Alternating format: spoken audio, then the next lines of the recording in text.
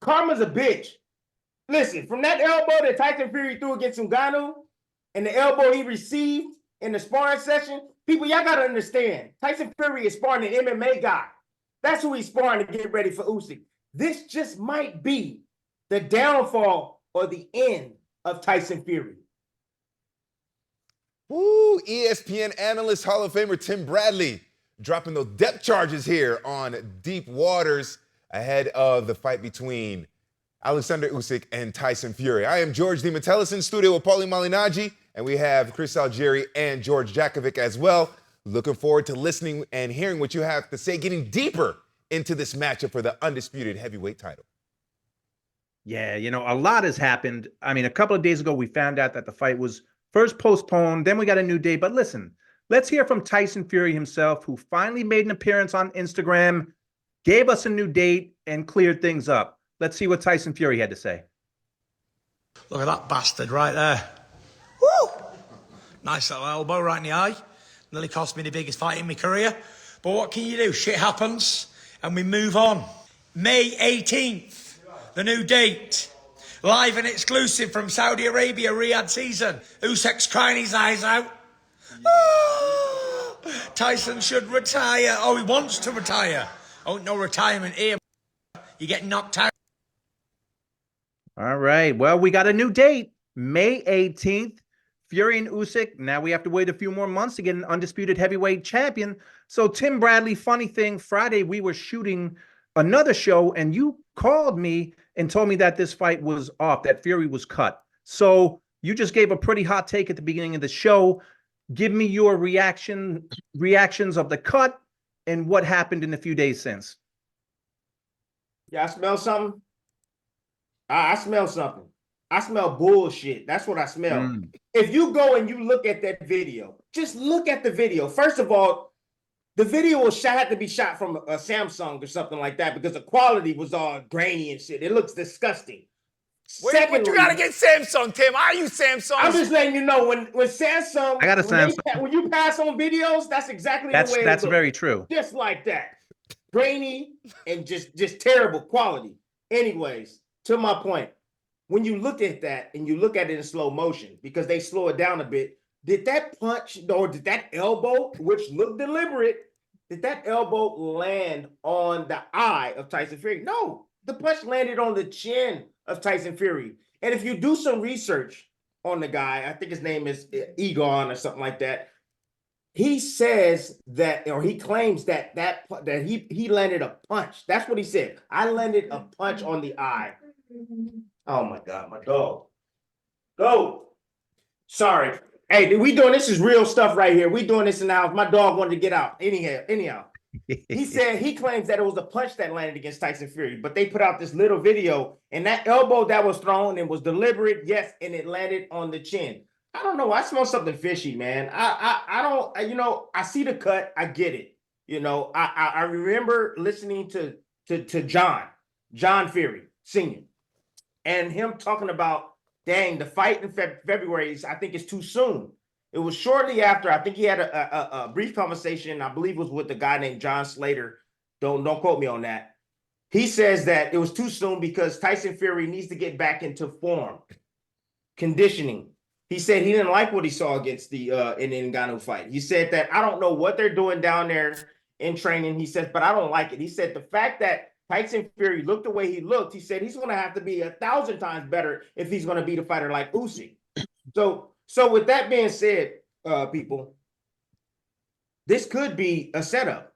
In my eyes, this could be a setup. I understand the cut is there and things happen, but that elbow looked freaking deliberate. Like it was thrown deliberately. Again, it landed on the chin from my eye perspective. I don't know if it was from a punch early on. They didn't show that clip. However, the fight is canceled. It's all good. And moving to May sometime, I know the question is the eye going to be a problem or a factor? I don't think so. The eye will not be a factor, and the eye won't be a factor because when you go back and you look at when Tyson Fury fought against Otto Wallin, it was 4 months before he fought against Deontay Wilder. All right, 4 months later, and he fought Deontay Wilder, and the cut wasn't an issue. It's going to be 4 months before he gets back into the ring against Usyk. So I don't think the cut will be a factor at all. It usually takes about 3 months for the cut to start to heal. And, I think the fight goes on, and I think Tyson Fury gets in there and he fights Usyk, on the proper date, which is now May sometime. May 18th. Chris, there were a lot of people talking about conspiracy theories.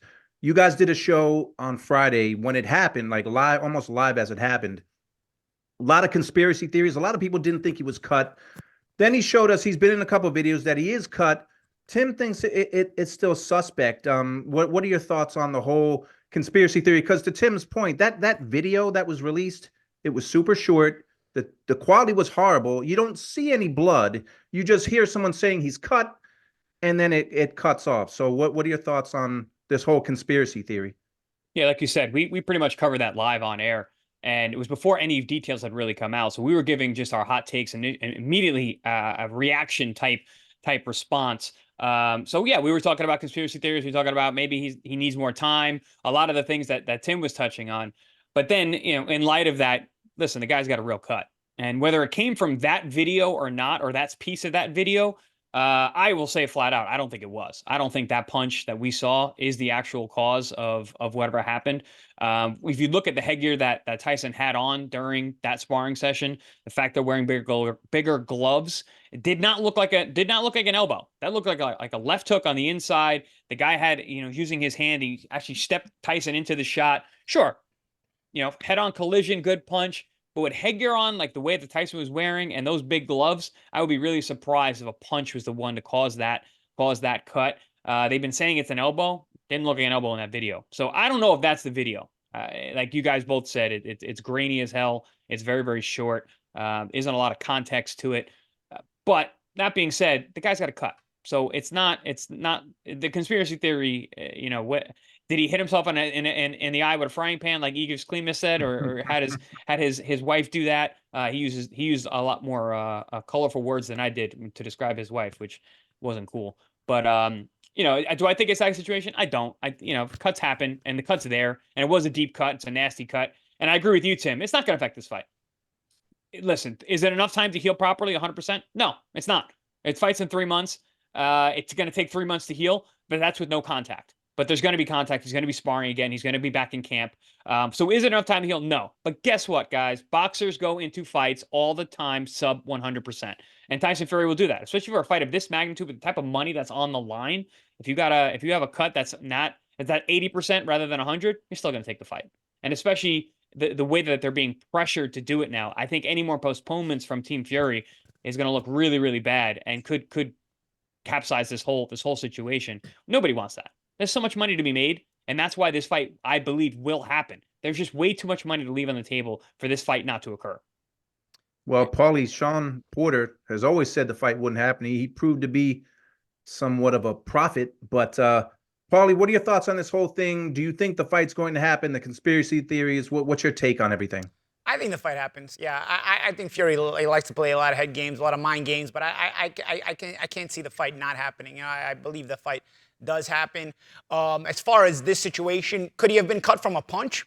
Yeah, I don't really see an elbow either, but it could have been cut from a punch. What does that matter? He's cut regardless. I mean, there's been fights where I've won 12 rounds to 0 and I had a massive cut on my eye. You know what I mean? So I don't understand whether he's cut from a punch or whether he's cut from an elbow. What opinion is that supposed to create about whether he was sharp in camp or not? We don't know. But whether it's cut from an elbow or from a punch, I'll say this. I remember the one time I had to pull out from a fight, I got cut from an elbow on a left-hander. I slipped over to my right as a left cross was coming, but it was kind of like an overhand left instead of a left cross, and the elbow ripped across my eye, and I got cut. I'll say this. It's very, very difficult to come back and train in a proper camp like we're talking about here, because it's one thing about, you go in 80%, you go in whatever percentage you do for the amount of money you're doing it, but you're also going to be very careful sparring if you can spar at all, because you don't want to risk this thing getting cut open again and then not fighting and having to cancel the fight again or postpone it again. And there, one more postponement risks that the fight gets canceled outright, and then Sean Porter would be right, But I think that, that's more so the big argument here, the big case here is, can Tyson Fury spar properly in this training camp coming up for a May fight? because you want to have your timing set against the guy with the world-class timing of Alexander Usyk, angles, intelligent boxing. This is not Deontay Wilder. Not to knock Deontay Wilder. He's a major, major puncher. He's dangerous in his own way. But for styles that make fights, stylistically, Usyk is a very, very technical fighter. You need to be on your P's and Q's from a technical standpoint. And I don't think you get there if you have to sort of half-ass your sparring because you got to be careful with the eye. Going back to my own experience, I can remember when I had to pull out of that fight, I got offered the Danny Garcia fight right after that. And it was just a couple of months later, you know? And I remember saying, okay, man, you know, I literally remember thinking, like, it's going to be very, very difficult to properly prepare for this fight. And if I don't win this fight, it's probably the last big payday of my career. But if I turn it down, I may not get another big payday because I was sort of on the slide at the end of my career. So I took the fight and I didn't spar at all. I didn't spar at all in the whole camp, you know? And your timing shows, you know, your timing kind of comes out in that way. And I think that's why it's a big question here for this fight for Tyson Fury. If he goes into the Alexander Usyk fight with no sparring or barely any sparring, can he be the Tyson Fury he needs to be against a guy with the ultra slick timing of Alexander Usyk? It creates other questions as far as the head-to-head matchup is concerned. I don't think this fight is at risk of not happening unless Fury just throws caution to the wind and just spars. Does the sparring really matter? He's not even sparring a southpaw. He's sparring an orthodox fighter. Listen, in that regard, I agree, but you got to have contact because sparring is not just for timing, Tim. I don't know what your thoughts on it, because obviously your opinion is just as valid. But for me, sparring was not just about timing; it was about mindset, your mindset and your mean streak, and the fact that there's danger in there. Somebody's trying to hit you, you're trying to hit them. It gets your radar to another level as far as your mean streak is concerned. If I don't spar, I can't raise that level of mean streak because I don't live with that level of mean streak every day. It's got to develop in the gym, and it's got to develop through sparring. Sort of like, I guess, when you have for lack of a better example, fighting pit bulls. You know, they train them by putting them in against weaker animals to sort of increase their rage, so to speak. You know, again, for lack of a better example, if for fighters it's the same thing. I mean, you kind of need to use sparring partners not just for your timing, but also you need to build up that mean streak, that level of ferocity in training camp before you get to camp, before you get to the fight. It's not just for the timing. So, Tim, as far as him not sparring the proper orthodox or southpaw stance, I agree with you from a timing perspective, but you still need to get that sparring. You still need to build up that ferocity, that mindset, because it's not something we live with every single day of our lives. It's got to be developed in camp. And why, well, Tim, talking about that cut, Tim, you and Chris said that he should be ready in 3 months, but 3 months even from today takes us to May 5th. If he's not able to spar properly, like to Paulie's point, is he really going to be ready? There were rumors he wasn't in shape before this cut happened. Now, if you're talking about a Tyson Fury who it's going to take 3 months, and his old cut man, Jorge Capetillo, who was in the corner for the Valine fight, who helped him with that cut, said it would take 3 months, just like you guys have said. How can he be ready for a May 18th fight if it takes 3 months to heal? Look, he'll be ready. And for anybody who don't think that Tyson Fury was ready for this fight, they don't know anything about a fighter. I mean, this is world-class boxing. The guy's getting paid $100 million. Of course he's coming, and of course he wants to win. You know, it's just Tyson Fury we're talking about. Everybody must have forgot who Tyson Fury is, especially after that Ngannou fight, you know, the disappointment that he displayed. You know, he's going to be ready for this fight. And from the judging of that video, not unless Samsung got some like filter that shrinks you and make you look skinny. Fury looked kind of fit in that video. He looked pretty damn slim in that video. So, you know, I don't know. And you know, there's some pictures circulating and stuff that's showing his body or whatever or whatnot. And people think it's Photoshop. But you know, he's gonna be ready. But as far as the sparring goes, he's did a lot of sparring already. Think about that. So you gotta kind of stop your camp now, and you kind of gotta let your fighter rejuvenate and build a lot of its energy back. You don't want to burn them, you know, like they were getting towards the end and starting to peak right now. You know, this is that time. So now you got to pull your training back. This is what I would do if I was training them. I would say, take a few weeks off. Take a few weeks off. Give me 2 to 3 weeks off. Go have some damn fun. Because fighters in anything in life, really, you got to have a build-up and then you got to have a release. A build-up and release. Pause. Let me pause real quick because I know which way y'all going to take it. You know, I'm not thinking that way. I'm saying a build up and pause. It's just like with school. Think about it that way. You know, these kids, they spend a couple of hours in class, and what do? They have the release after. That's the build up in class. Then the release, they go play on the playground. So let your fighter go, have some fun. Go, stay up late, enjoy yourself for a minute. Then we come back to training. We got 3 months to work. You're not going to lose all that conditioning. However, we have to make sure we peak at the right time. So he'll be fine.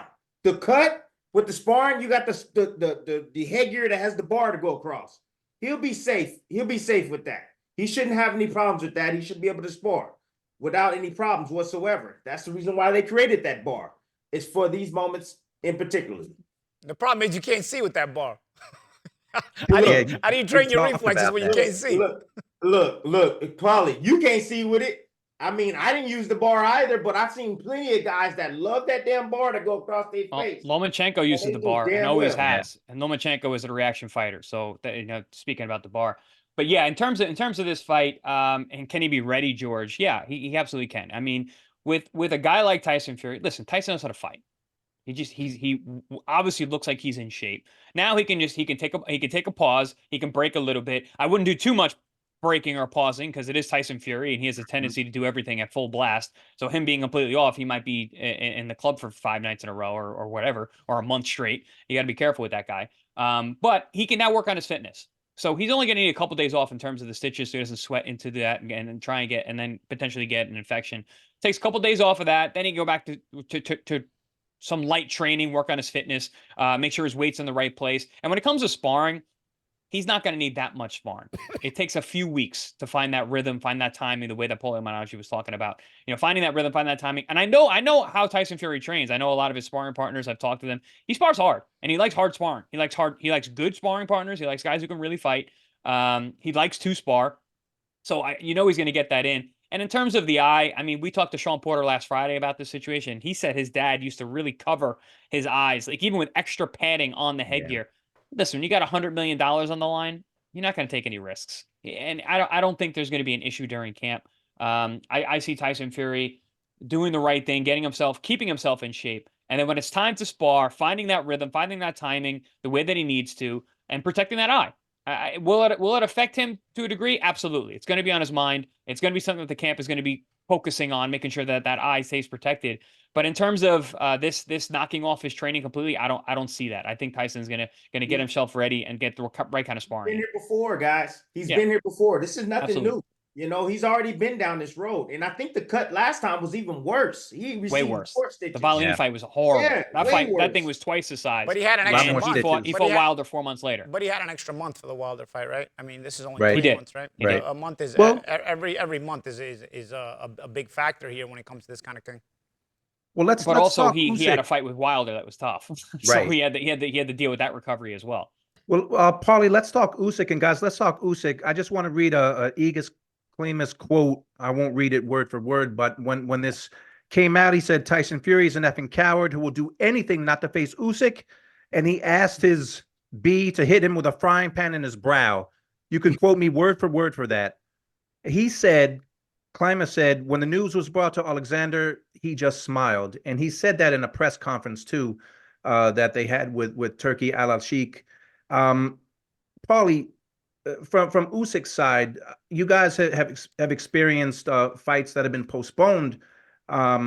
What's Usyk going through at this point when he was just 2 weeks away from a shot at being undisputed? I think, you take the reputation of your opponent into account.